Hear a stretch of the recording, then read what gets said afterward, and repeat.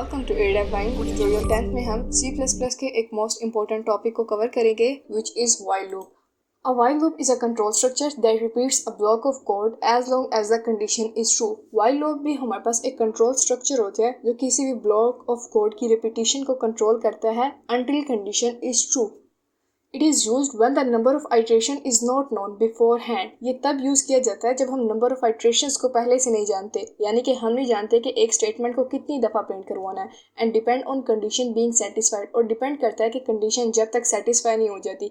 For example, अगर आपको कहा जाता है कि आप यहाँ पर अपना पासवर्ड डालें, सो अब वहाँ पर डेवलपर ने नहीं बताया हुआ कि आपने अपना पासवर्ड 5 टाइम डालना है या 3 टाइम डालना है या सिर्फ 1 टाइम ही डालना है. सो ये डिपेंड करता है कि जब तक आपका पासवर्ड ट्रू नहीं हो जाता, जब तक आप पासवर्ड डालते रहोगे. Number of iterations mean that how many times you want to print that statement or that code. सो ये था कि नंबर ऑफ iterations को जब आप नहीं जानते तब हम यूज़ करते हैं while loop को, और जब आप नंबर ऑफ iterations को जानते हैं तब आप यूज़ करते हो for loop को यूज़ करते हो. For example, password re entry system, यानी कि पासवर्ड बार बार एंटर होता रहे जब तक पासवर्ड आप ठीक एंटर नहीं करते. और next, retry internet connection until connected. आपने देखा होगा कि वहाँ पर कोई कंडीशन नहीं होती कि इंटरनेट कनेक्शन सिर्फ 2 टाइम्स या 3 टाइम्स जो है वो लोड होगा. इंटरनेट कनेक्शन उस वक्त तक लोड होता रहता है जब तक वो इंटरनेट से कनेक्ट नहीं हो जाता. सो अब हम इसका बेसिक सिंटैक्स देखते हैं. सबसे पहले हम यहाँ पर while लिखते हैं जो कि एक रिजल्ट कीवर्ड होता है और उसके आगे 2 पैरेंथेसिस में हम सिर्फ कंडीशन को डिक्लेयर करते हैं. इस लूप का जो इनिशियलाइज होता है वो while लूप के बाहर होता है, यानी while से पहले हम कोड को इनिशियलाइज करते हैं. जो भी हमें वेरिएबल बनाना होता है वो while से बाहर होता है. while की पैरेंथेसिस में जस्ट कंडीशन को हम फॉलो करते हैं और उसके आगे कर्ली ब्रेसेस में हम वो कोड लिखते हैं जो रन होना होता है और यहाँ पर उसको अपडेट कर देते हैं. अब इसके एग्जाम्पल के थ्रू समझते हैं. सबसे पहले हमारे पास एग्जाम्पल देखें. यहाँ पर हमने एक इंटीजर i नाम का वेरिएबल बनाया है और उसके बाद हमने while में कंडीशन दे दी है कि i जब तक प्रिंट होगा जब तक हमारे पास वो 5 के इक्वल या 5 से लेस नहीं हो जाता. और फिर सी आउट में i को हमने प्रिंट करवाया और उसके बाद हमने इंक्रीमेंट किया. अब हम देखते हैं कि इसका सीक्वेंस क्या है. ये हमारे पास था इनिशियलाइजेशन, यहाँ पर हम अपने कोड को इनिशियलाइज करते हैं. ये हमारे पास थी टेस्ट कंडीशन, जहाँ पर हमारे पास कंडीशन टेस्ट होती है.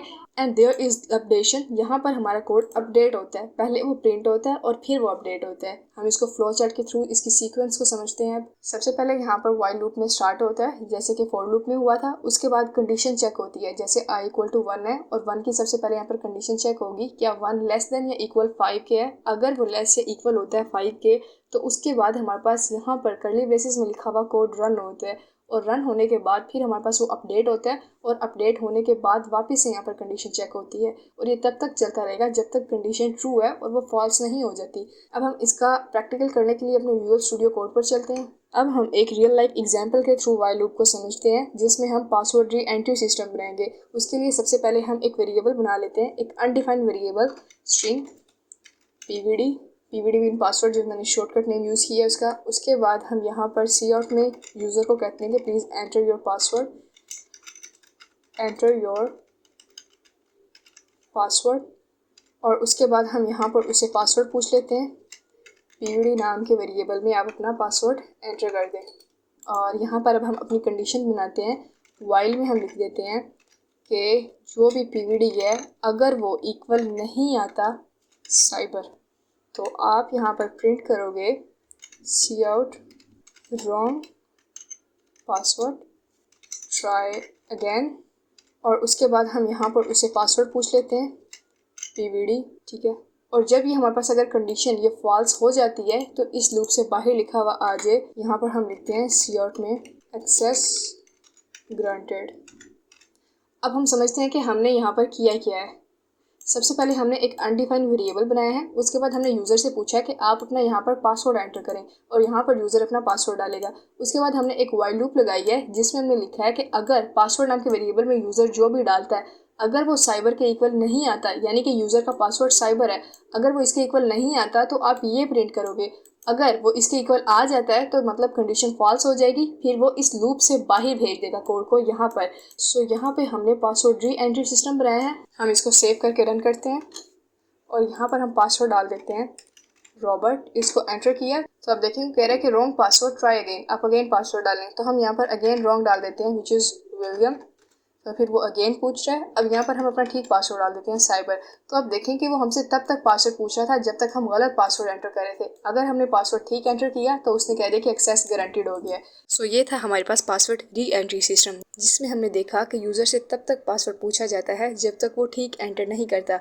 जब यूज़र का पासवर्ड साइबर के इक्वल आ जाता है तो कंडीशन फॉल्स हो जाती है, और जब कंडीशन फॉल्स होती है तो उसको वाइल की स्कोप से बाहर भेज दिया जाता है। और वाइल की कंडीशन में ये जो ऑपरेटर लगा हुआ है इसे हम नॉट ऑपरेटर कहते हैं, जिसको हमने ऑपरेटर्स के लेक्चर में डिटेल में कवर किया था। सो ये था हमारे पास वाइल लूप, जिसमें हमने देखा कि हम वाइल लूप को तब यूज़ करते हैं जब हम नंबर ऑफ आइट्रेशंस को ना जानते हों। यहाँ पर टोटली काम कंडीशन की बेस पर होता है। और फॉर लूप हम तब यूज़ करते हैं जब हम कंडीशन को जानते हो।